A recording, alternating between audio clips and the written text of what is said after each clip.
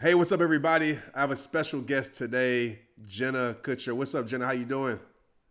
I'm so good, Trent. I have to tell you that this is an interview that makes me so cool in my husband's book. So thank you so much for having me on your show. He wanted to join. Man, Drew is incredible, man. You guys are incredible. I just want to say this, I usually don't talk about these things publicly because I feel like, this deserves to be praised publicly. Like, you guys are people in my life that I didn't even expect to help me so much over this last year. And I want to Mm. share this with my audience so they can just know your heart. There's a lot of people that you expect things from. And, I try not to have expectations. And I can Mhm. tell you this, that you are one of the people that really helped my healing this past year with just random Mhm. messages and text messages that really lifted me up. And that's your heart. So I was surprised, but I wasn't surprised because that's who you are. So I just want to say thank you publicly. And I just hope everybody knows, listen to this podcast, that you are a pivotal person that really helped me in my healing. So thank you. Well, you're so welcome. I think it's funny because I'll think about you a lot. And I do this with my friends where a lot of times you think of someone and you don't act on it. And I've like noticed that it's like, no, no, no, like God is saying, like, reach out or like send love. And so I try to be a vessel in that way. And sometimes I'm like, I'm thinking about you and I'm subliminally sending a message. But I know that you're always open to receiving. And I just love our friendship online and offline. Thank you. I appreciate you so much. So I want to get into this. You have a new baby coming into the well, you just actually had a baby, but you have An a actual, physical, yeah. like, yeah, actual baby. But you have a book and that's coming into the world. And the book title is How Are You Doing Really, right? And Yep. How are you really? how why that title? Because first of all, it's powerful. Why that Yeah. title? What made you want to write this book? But just like why that title? Yeah. So you are accurate in two babies at once. I'm basically Yeah. calling my book and baby Quinn twins because I was birthing them at the same time. And I hate naming things. I don't know about you, but like naming things is so tricky for me. And so I was literally days about to give birth to my second daughter, and we were trying to land a title. And I kept sending out messages to people who knew me, who kind of knew the thesis of the book. And I kept describing it, and I would say, it's the difference between when someone just asks you, "How are you?" and you're like, "Good, great, Yeah. busy." But when you feel safe to like lean in and somebody says, "Hey, Trent, how are you really?" And I kept saying that. And finally, someone really much smarter than I am was like, "That's the title. That's it." Yeah. And it's so crazy because it's like just that one word and just the safety and the permission to actually speak like changes absolutely everything in the conversation. And I think it's in conversations not just with one another, but conversations with ourselves as well. 1,000%. And it makes you dive deeper into transparency when you add that word really, because I'm going to tell you right now, even now, like when somebody asks me how I'm doing, I'll be like, I'm good, even though I'm far from it. I'll be like, I'm okay, even though I'm far from being okay. But when you say, how are you really, it shows a deeper level of concern from that person. And you're right, it provides a Yeah. safe space. So when I heard that title, I'm like, man, that is so powerful because the world really needs that. People need to open up and really talk about the silent battles that they're going through and the things that they're dealing with. Yes. And in this book, you talk about loneliness. And we're more Mm. alone than ever in this world, but it's crazy because we also have more connection and things more than we ever did. So you have a Yes. powerful line in your book, and I want you to talk about it about loneliness. Yeah, so I pulled this section up because actually, Trent, this is exactly what I was thinking of when I was thinking about you. Can I just read a little paragraph because I think it'll be For really sure. powerful. Okay, Absolutely. so it says, you have to show up as yourself, your full, true, and whole self, naked while fully clothed. And it's one of the hardest, most important things to do, and it's one of the rarest practices in our modern, digitally tethered age. Why? Because we get this wrong over and over again. We scroll through seas of familiar faces every single day. We send Insta likes and emoji affirmations. We rely on social media to keep us, well, social. And we assume that if we're connected 24/7 to nonstop, ever expanding networks, we'll never run the risk of being lonely. But the opposite of loneliness isn't just connection. The opposite of loneliness is being known. It's a Mm. connection with people who know you, like truly know you. And here's something that's fascinating. And I love to back up all of this with data. And so, a recent study cited as many as 80% of those under the age of 18 and 40% of adults over 65 years of age report being lonely. And it's this perceived social isolation. It's not objective. It's not just like being alone in a room. It's this perceived social isolation. And that's where I think a lot of us are right now. And I think that's where like the world collectively is right now. How do we change that? Because I've told you offline that, and they heard me talk about this on the podcast, that for a lot of Yeah. my life, and even at times now, like I will be in a crowded room and I'll still feel alone. I will feel, Yes. even when I'm connected to the world, millions of people, I will still feel alone. Sometimes I'll feel like, man, nobody really understands or nobody really cares. So, in the midst of us feeling alone, right, even though we're not, Mhm. how do Yep. we change that? Is it a thing where maybe the people we're around are the wrong people? Is it, maybe we're connecting to the wrong things? Like, what's your advice on Yeah. that? So, one of the things that I think was a beautiful invitation, if we accepted it during the pandemic, was that suddenly we weren't able to like compartmentalize all the aspects of our life, right? Like Yeah. Trent, the public speaker, is also Trent, the father, is also Trent, the Yeah. coach. And now all of these people and all of these identities have to live under one roof. And for a lot of people that commute or have a 9 to 5 or an office job or whatever that is, they're able to be like the work version of themselves and then the family version of themselves and then the church version of themselves and all these different versions. And it's almost like we're walking around with like multiple personality disorder because we're kind of leaning into who we think people think we are or who they think we should be. And Yeah. so, what I think was so beautiful about the pandemic and having kind of this recalibration was I am all of these things. I don't just wear many hats, like I embody all of these roles. And if somebody wants to get the work version of me, they also have to understand that I'm a mother and a wife Mhm. and a friend. And I want them to see all of that at play because it's not about balance anymore. I think we're all so tired of this notion of balance. It's about blending. And Mm. earlier today, I was on a call and I was like coaching on Zoom and I could hear the baby crying upstairs. And so I muted myself and I was like, hey, babe, just bring her down. And I'm feeding her on the live stream. And I'm like, Wow. this is me. And I can do all of these things. And I'm telling you that you can value your whole self. And of course, not everyone has that privilege of doing that. But we aren't feeling fully known because we're not fully showing up. Ah, man, blending. I love that because some of the things that I talk about with balance, right? That's a question that I always get for Yeah. years. Like, how do I find Yeah. balance? How do I find balance? I'm like, it's almost impossible to find balance in a unbalanced world. Like, there's so many Yes. things that are gonna get you out of balance that even the perfect structure, like, there's gonna be something that Yes. gets you off of that. So I love the blending. And you're right. I think the pandemic, with us having to be at home on Zooms, like dogs barking, everything, it's brought this Yes. level of like transparency. So like you with your daughter on a live, it's powerful. I was doing a podcast yesterday. My two dogs were barking. I'm like in the past, I'm like, oh my gosh, we got to start. I'm like, hey man, the dogs are barking. Yeah. It's all right. Yeah. So I think Yes. it's very powerful. And that's something about you, Jenna, that I see is that you Mm. show up as you, right? You wear all these titles, Yeah. but you show up as you no matter what. Is that been something that you've always had?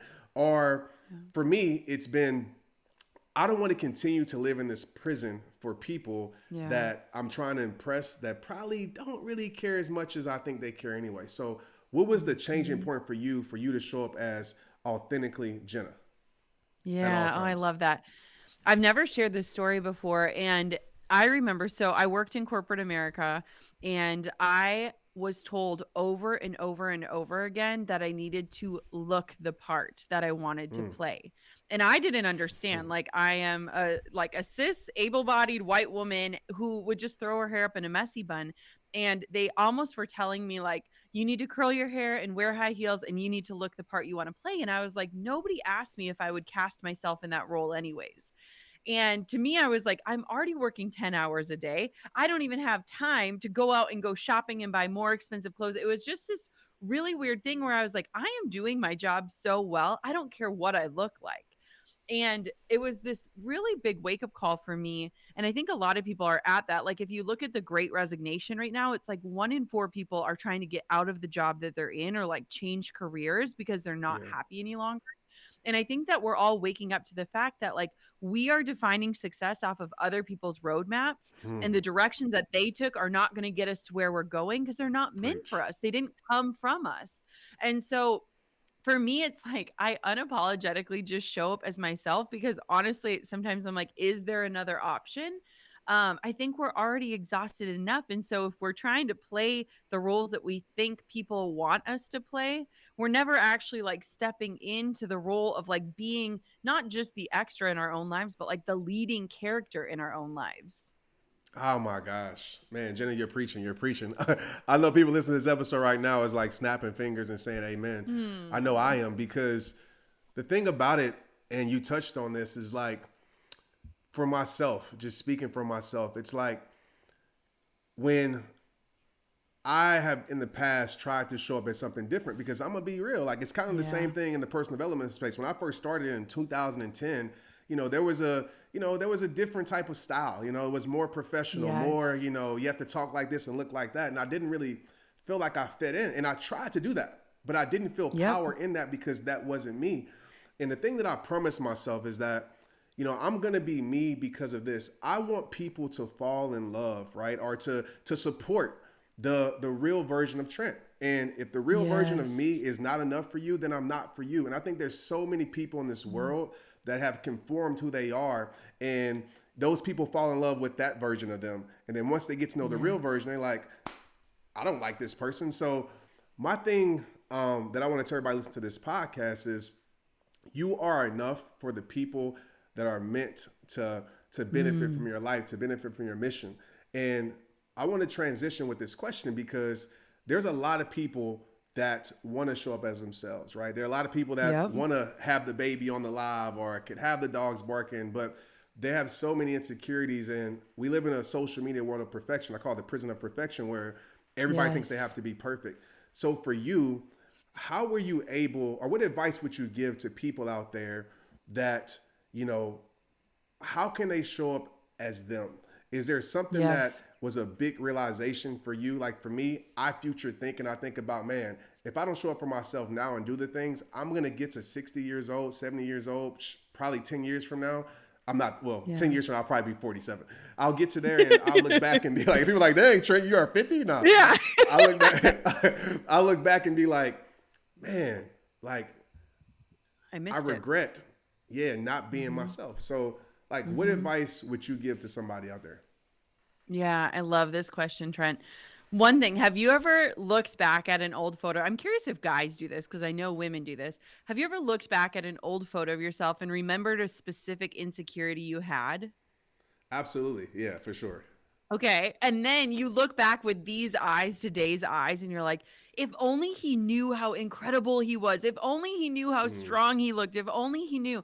And I feel like that's exactly how you and I live, where it's like, no, no, no, I am not going to look back on my life and think I missed it, whether it's parenthood or opportunities or creating our own opportunities or whatever that is. But one of the things that I think is so powerful, and I think it's my superpower to be honest, is that I have taken the things that I've been insecure about and transformed them into my superpowers. oh wow. Here's what I mean by this.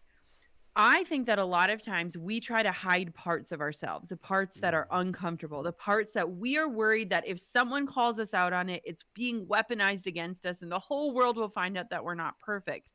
But perfect is the least relatable thing you could aspire to be.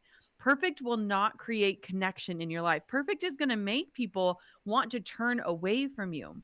And the more real you can keep it, the more real connection you can invite into your life.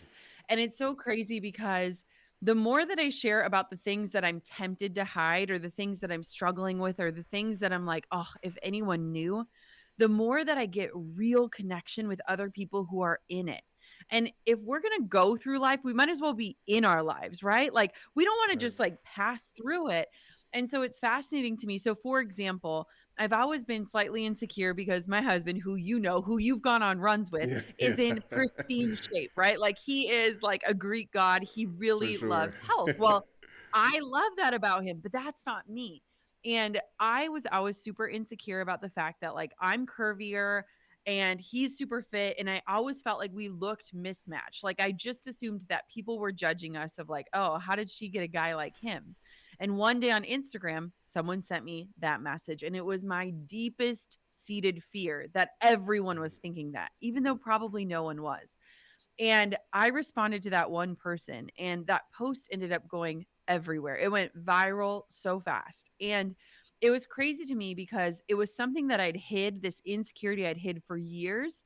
And it became this launch pad for me to connect with people and be vulnerable on something that I never monetized, that I just have a mission for, to help people feel more comfortable in their own skin. And so it's crazy to me because when we talk about insecurities or not feeling like we're able to show up fully, a lot of the times when we lean in and answer that question, like, how are you really? And we're honest, through being honest, it invites honesty to come back. And I think that connection, true, vulnerable connection, can only come through honesty. And so, for people that are afraid to be vulnerable, you are holding back probably what could become your superpower by hiding the things that will likely connect you far more than being perfect ever will. Your transparency leads to your transformation. It's something that I've always said over and Yes. over and over. And you just hit the nail on the head. Like you explained that to the T. And I want to ask you this. This is totally off Yeah. subject topic, Yeah. but I think this is powerful because in your relationship, in your marriage, right? Where you talked about that, Yeah. like Drew is, yes, Drew is like gonna, yeah, he's off the chain. Like we share Whoop things. I'm like, Yeah. dang, like this kid is killing it. And Oh, but just on the opposite, like the expectations people have for spouses to be alike. So even with Maria, right? Maria has yes. her own way of living life and doing things, right? She's not into fitness as much as I am, or I'm not into certain things Yep. as much as she is, or people expect her to be some motivational person. So maybe even that's on Drew. Like, they expect Drew to be, a super marketer like you and inspiration. So like, how Yeah. have you dealt with that and navigated that? Like, what would you advise people out there that, they're getting the pressure from the outside world for each spouse to be exactly the same? Oh my gosh, Trent. I literally was going to tell you that we should talk about this because I always think about our partners, because Yeah. so much when we're together, we're like talking about how we could not do what we do without them. And Right. both of our partners are exceptional parents, and they're so supportive and they're so understanding to our creative tendencies. But it's really interesting because we live in the Midwest. Drew's a stay at home dad to our two daughters, and we've had to fight stigmas over and over and over again. And for a while, we would get frustrated in that. And now we just look at each other and smile.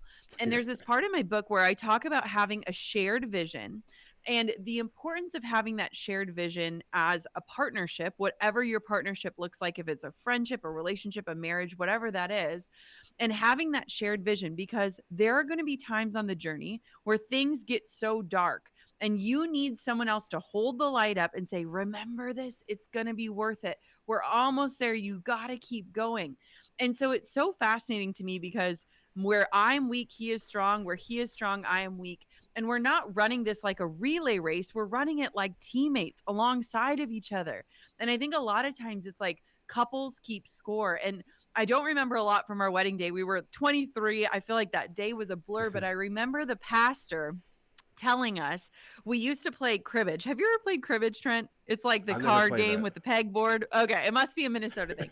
And we have this board, and on the back of it, we used to keep score on who could win. Hmm. And our pastor on our wedding day was like, from now on, there is no keeping score. You guys are teammates in this thing called life. You are working towards that shared vision. And so I think it's so fascinating because it's like, we don't care what things look like. We don't care what our roles might appear to be. We're good in that. We're going to keep that shared vision. And if we need to glance at each other and give that little knowing smile when someone asks Drew, like, what he does for work, or they turn to me and they're confused about how I'm the breadwinner, we just look at each other and smile because we know we're clinging to that same shared vision. And better than clinging to it, we're living it out. Oh my gosh, yeah. Keeping score in relationships will ruin a relationship because when you're keeping So score, fast. somebody's winning, somebody's losing. I always say, even in arguments, what I mean? There's like, I don't care if you win the argument, it's still a loss, Yes. right? If you don't get to some type of Yes. solution. And so I think in relationships, that's a big thing. Like we keep score so much, and it ends up making the other person feel like they're less. And even in our relationship, like Mm-hmm. we break the whole society norms of like, oh, Maria should be cooking. No, I can cook, I can clean, she can do Yes. this, she can do that.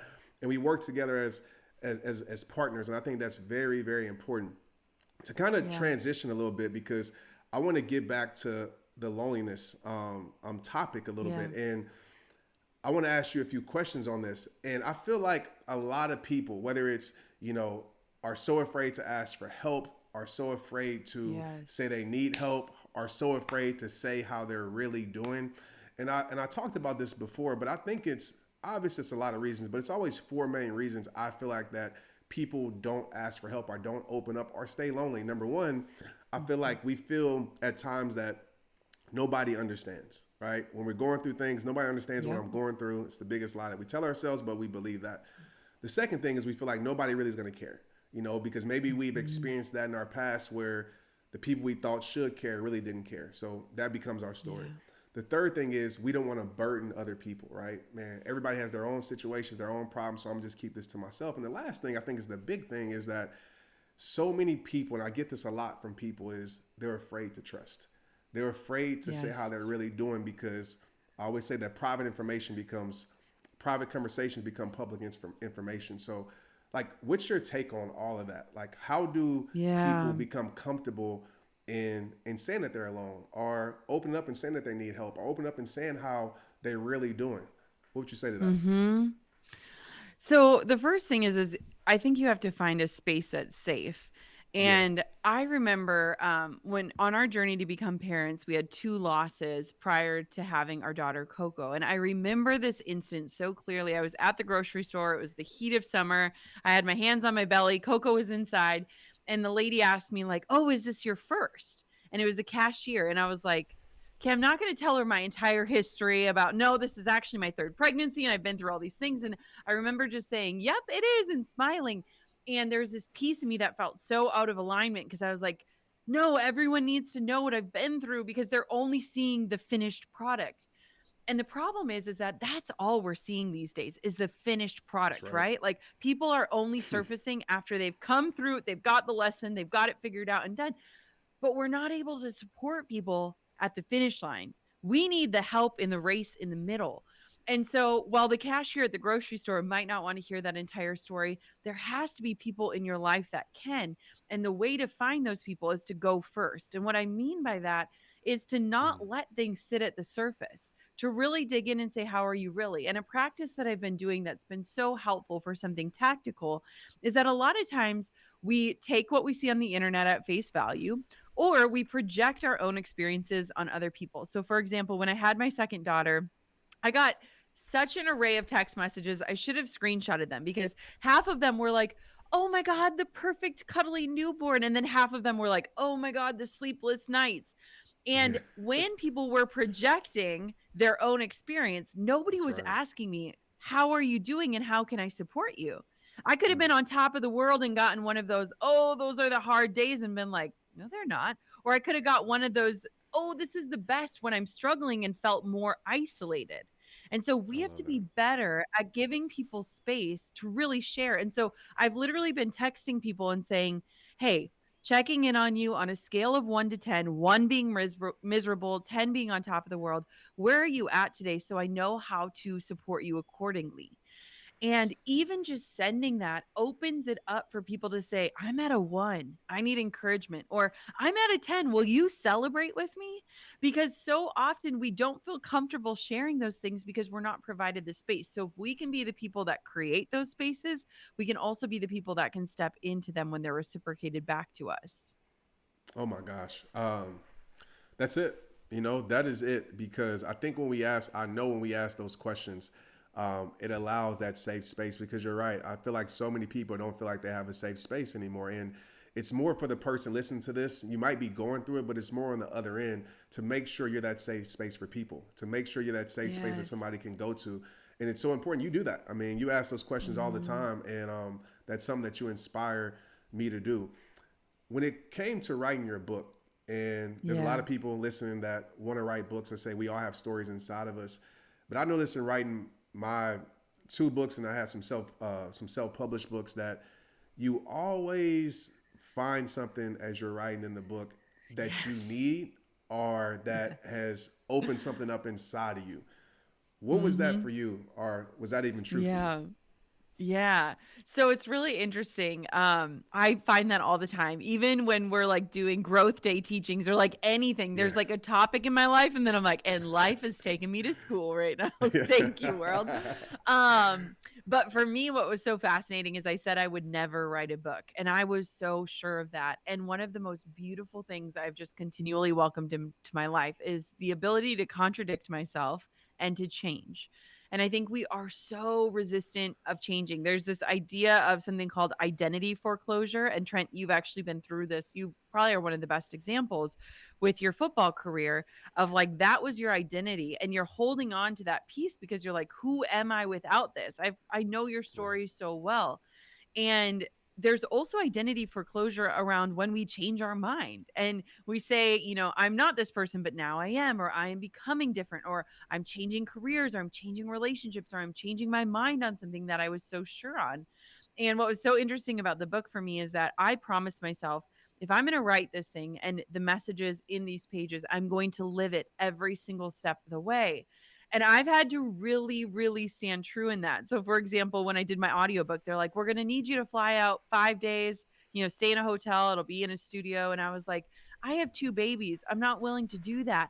And I was like, let me call my neighbor who runs a local radio station. I'm going to see if they have a sound booth. And my cousin, he's a DJ here. Maybe he can do the audio engineering. And I was able to be at home, record it in That's two so days, dope. do it in my hometown, and make it happen. And same thing when we were shooting the cover of my book. I'm like, I don't want to go to a studio. I want my family to be involved. We're going to shoot it under the awning of our deck. All figured out. I used to be a photographer. We got this.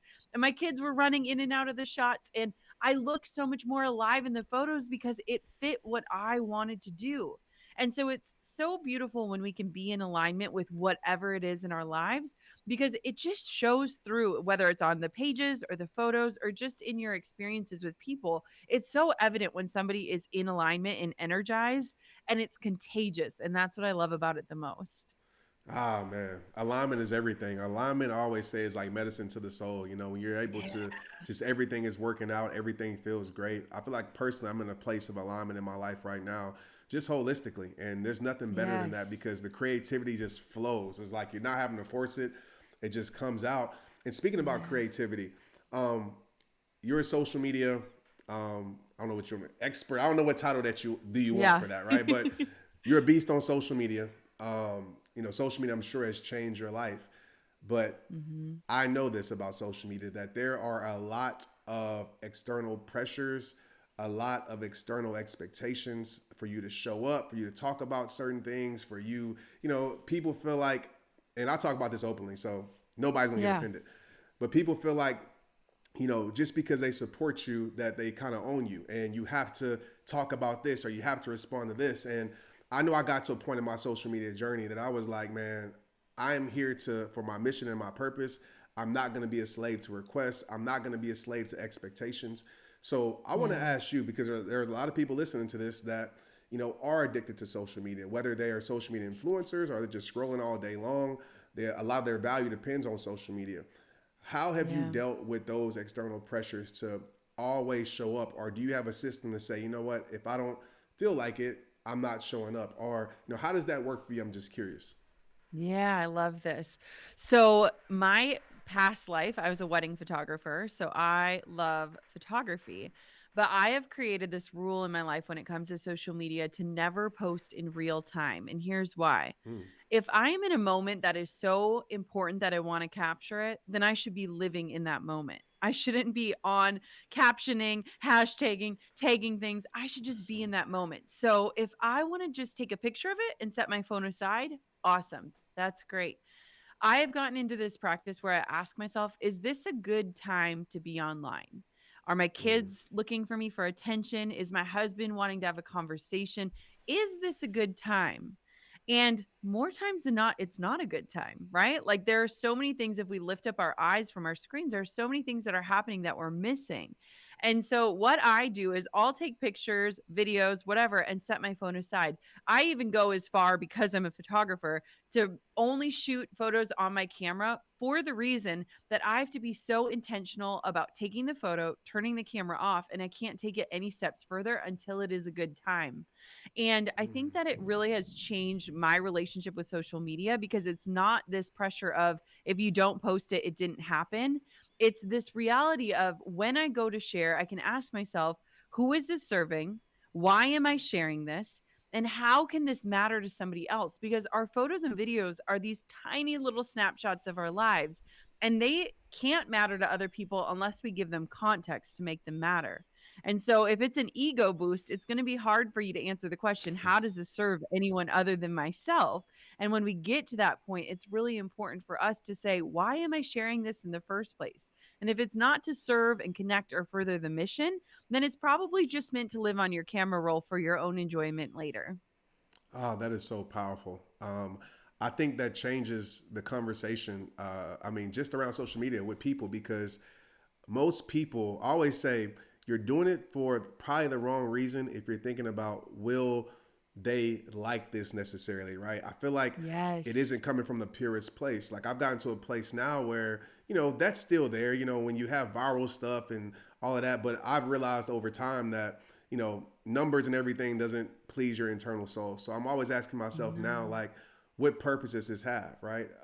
How is this going to serve other people, just like you said? And it's taken a lot of pressure off of trying to create some viral, off of trying to post the right things. And I ask myself, even do I like it? Like, do I want to put this out into the world? Yes. Because sometimes we have something that we like, and we're like, nah, I'm not going to post it because nobody else is going to like it. And you said something that's powerful that I think we all struggle with at times is we're so addicted to looking down on our phone that we miss Mhm. so many moments. Like we're so addicted to Mhm. those that like us that we miss moments with those that truly love us. And Yeah. this last year has taught me more than ever to put down my phone more. And people think that I'm on social media all the time. I tell people, man, I am rarely on there. Like I get on there Yep. at times to post, and it's funny because I got to tell this story, and I'm gonna be careful Yeah. because maybe they're listening. So it's funny because the real time stuff is real because I go live a lot, and I'll post like I'm here, I'm there, and I'm just like whatever. And I literally had a situation where someone pulled up on me and I didn't even realize. And they're like, "Oh yeah, I just saw that you were Mm. here because and it was the most awkward thing in the world. The energy was just weird. Like it wasn't on like Yeah. some like, hey, I support you, but it was just weird. So at that moment, I was like, I'm Yes. gonna post it when I leave, or if I'm live, I'm not gonna give Yes. my exact location. So I think that's like Yes. very, very important. Yeah. So for you, as like you're moving forward in your career, you're moving forward with your Yeah. the Gold Digger podcast, which is incredible, y'all. Make sure you. I was actually listening to it Mm. on my run today. It was a powerful episode. I forgot Aw. the lady's name that you had, but she was talking about Yeah. peace and it's a powerful episode. Aw. As you move forward with your life and with everything that you're doing, I'm just curious because you have the external success, right? You Yep. have, I believe, the internal success too. But I Mhm. ask every guest this question: like, what fulfills Jenna? Like, what does Yeah. fulfillment mean to you? Yeah. Fulfillment to me is peace in my life and like peace in my heart. And I'm at such a beautiful place. And the reason why I'm so excited about this book is, and you kind of touched on it because you're like, I could call you like a marketing expert or whatever. And I have learned that all of my love and desire for strategy was just the vehicle to earn me the freedom of choice and the Mm, decision for peace in my life. And I love Drew and I often talk about you when we say like protect your peace because that is how you are moving through life. Like it's not yeah, just one factor, it is literally how you do everything in your life. And when you are coming at things from a peaceful place, the pursuit is fun. It's not about putting the finish line further and further out so that you never reach it. It's literally the power of the pursuit. And it's so fascinating to me because I'm so excited about this book because I've just recognized that all of my giftings in business, I love business, I love strategy, I love marketing, but they were literally just the vehicles to help me live the type of life I wanted to live. The life stuff is what I'm really passionate about, and living life is what I'm passionate about. And so I am always evaluating how can I do this at a peaceful pace? How can we push back against this notion of hustle culture? How can we back up the manifestors with the work? How can we help connect such polarizing ideologies in this pursuit of achievement to really bridge the gap? And I really believe that I live in this place in the middle where it's like both and you can hustle and rest. You can Yeah. manifest and you can work. You can do all of these things. And it's kind of like where the woo meets the work. And how can we do this in a way that feels good, that doesn't just look good? And that's where I'm at today. And honestly, I'm at a place in my life which is so wild that I don't have to do anything. So anything you see me doing is out of pure desire and delight. And that to me is success. Ah, man, that is so beautiful. And you put it like perfectly. You know, we live in a world, like you Mm, said, where it's either one or the other, but it is about that. You know, one of my biggest fears, and I yeah. talk about this openly, is that, and I've experienced this in my life where, you get to a point of quote unquote success and you still feel like a failure, right? And what I mean by that is that you Mhm. have the world, but your inner world still isn't right. You know, I talked about this in my Instagram Yep. story today. So many of us, and I say us because I've been there at a point. As humans, we Yep. think that we're missing something. So we're like, I need more of Yeah. this, more of that. Some people probably watch you and look at you and say, man, I need Yes. more of that and more of this. And the thing that I've realized is that the more that you're seeking is never enough. You know, once you get the more, it's Yes. something called hedonic adaptation. Once you get it, it wears off. You get used to it, and then you're still dealing with the lows in your life. And so, as we Mhm. transition off this episode, which just went super fast, I could talk to you for hours. Same. I want to ask you this: there is a person out there, okay, and I'll put it like this: what's your hope that once the person, human being that needs your book, picks up your book, reads the book, digests the book, and gets to the end Mhm. of your book, what is the hope that you have that they feel once they finish Mm. your book? I'm just curious. Yeah. So the subtitle is like uncovering your truth one answer at a time. Mm-hmm. And to me, it is, I deeply desire that people begin to trust themselves and to listen to that inner voice. And I think we are coming from a place where we are so sick of taking other people's roadmaps and following them to a T and ending up somewhere that doesn't feel good. And so we have to start looking at what's coming from us and what is meant for us. And I just hope that after somebody reads those pages, it's not coming to my voice or following Jenna's 5-step process. It's not about that at all. It's about coming home to yourself and turning up the volume of your intuition so that the next time you hear that whisper, you believe it and you encourage it and you do it. Ah, that's so perfectly put. I'm gonna just let it breathe, as I always say. Jenna, I appreciate you. Everybody listen to this episode. Make sure you get Jenna's book. Make sure you follow her. Make sure you listen to the podcast. And Jenna, go ahead, let them know exactly where they can get the book, where they can listen to your Yeah. podcast, everything about Jenna. Let them know for me. So you can grab the book at howareyourreallybook.com. So that's howareyourreallybook.com. We have some fun bonuses there that you can pick up and enjoy. And you can find me at Jenna Kutcher, Instagram, Jenna Kutcher, Gold Digger Podcast, all the places. And before we sign up, I just want to speak to you, Trent, because I feel like you and I have been like siblings on this journey together. I feel like we're coming up together and it has been nothing but a treat to not just see you on stage, but it's been even better to know you off stage. And I think that there is such a gift in that because in a world that we live in where people can say one thing and do another, when you find people that live their mission imperfectly, but are willing to guide people on that journey, it is so refreshing, but beyond refreshing, it is inspiring. So thank you for being that in our lives. The Kutcher family is obsessed with you. As you know, we sent voice notes this morning. And just thank you so much for this opportunity to be with you today. Jenna, thank you so much, man. I appreciate you. I received that. And just promise me one thing, man. You're going to continue to make the world respect your greatness. All right? I'm on it.